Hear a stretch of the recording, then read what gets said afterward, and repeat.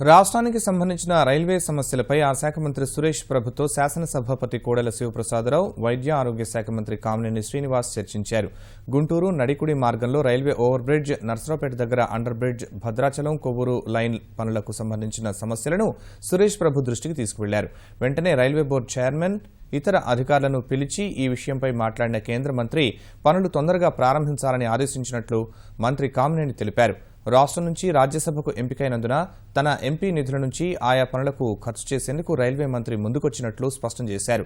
13 జిల్లాల్లో advanced life supporting సదుపాయాలతో అంబులెన్స్ల కొనుగోలుతో పాటు రాష్ట్రంలో ట్రామాకేర్ సెంటర్ ఏర్పాటుకు నిధులను తన ఎంపీ ల్యాడ్స్ నుంచి ఇస్తానని సురేష్ ప్రభు చెప్పినట్లు వెల్లడించారు.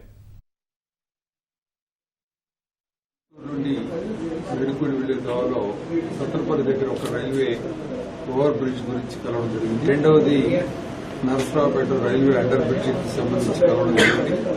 దానికి నిధులు సమకూరుస్తామని చెప్పారు. ఫౌండేషన్ వేయడం జరిగింది వెంకయ్యనాయుడు గారి చేత. మూడోది నడుకు నుంచి శ్రీకాళహస్తి రైల్వే లైన్ కి ముఖ్యమంత్రి గారితో కలిసి వారిని శంకుస్థాపన రమ్మని కోరడం జరిగింది. మరియు వారు ఆమోదం తెలిపారు. అదేవిధంగా వారిని కలవకూడదు జరిగింది.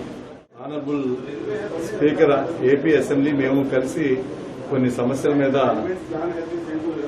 Union railway minister Suresh Prabhu గారిని కలిసాం. కొన్ని స్పీకర్ గారు ఒక 3 సమస్యలు, నేను ఒక 2 సమస్యలు. ఒకటి, రేపు 5వ తారీఖు ధర్మవరంలో ఫ్లైఓవర్ ఓపెనింగ్ రమ్మన్నాం. 2, అలాగే భద్రాచలం నుంచి కొవ్వూరు దాకా 2011లో శాంక్షన్ చేసిన కొత్త న్యూ లైన్ ఇంకా వర్క్ టేకప్ చేయలేదు, దాన్ని హేస్టన్ చేయమని అడిగాం. దాని మీద చాలా త్వరలో దానికి కావాల్సిన అన్ని చూసి ఆయన చూడమని రైల్వే బోర్డు చైర్మన్ గారికి చెప్పారు. త్వరలోనే అవి టేకప్ చేస్తున్నారు.